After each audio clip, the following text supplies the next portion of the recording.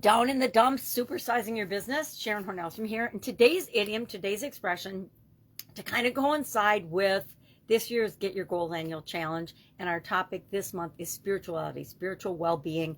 And what impact does that have on different areas and aspects of our life, especially with respect to our goals and goal setting, because this year's challenge is all about goals. So to me, goals have a lot to do with business and life.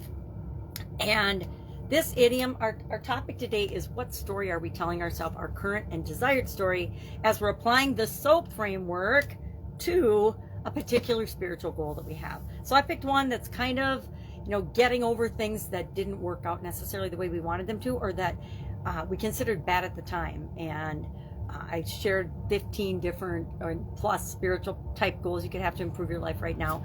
And I actually picked one of those. Instead of coming up with my own, I found one that felt right to me, and I'm like, there's stuff going on in my life right now that seems appropriate, so I picked that.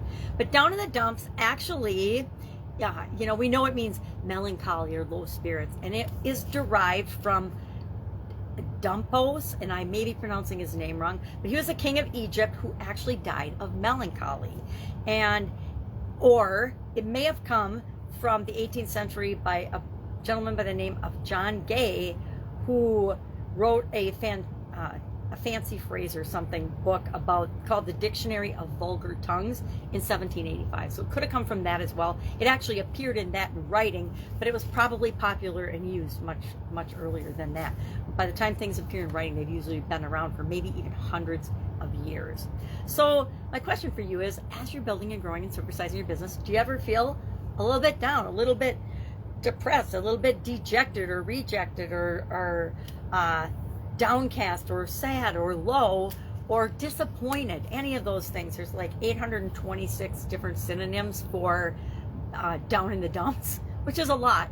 I think it's fascinating that anything negative, there are literally hundreds of synonyms for. Anything positive, there's like a handful, maybe 10, but usually like 5 or less synonyms for.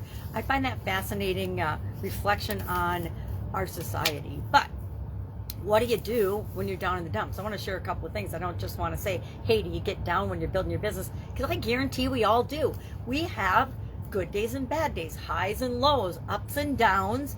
And sometimes we're like, geez, is it all worth it? And I will contest that no matter how bad or what happens, it's always worth following your dream and going after what you want, especially if it's making the world a better place by building a business that can help people solve problems, etc. So what do I do? What have I done in the past when something's gone wrong? Well, usually I will, nowadays you've got the internet, so you can research and you can say, what can I do about this situation? But I would look back before there was the internet to mentors and coaches and masterminds to help me do a better job at what it was I was trying to do, or to learn faster, or to implement faster, etc. So coaches, mentors, masterminds, great sources of keeping us up when things go down. I meditate, I do other personal development work and practices, and I think that I didn't say this, I didn't coin this, but I don't remember, some guru said, having your own business, running your own business is the biggest personal development project that you'll ever undergo that you didn't know you wanted to or were going to be required to undergo. Most people don't realize how much we have to grow and change in order to grow and supersize our business. Do things that feel good to you.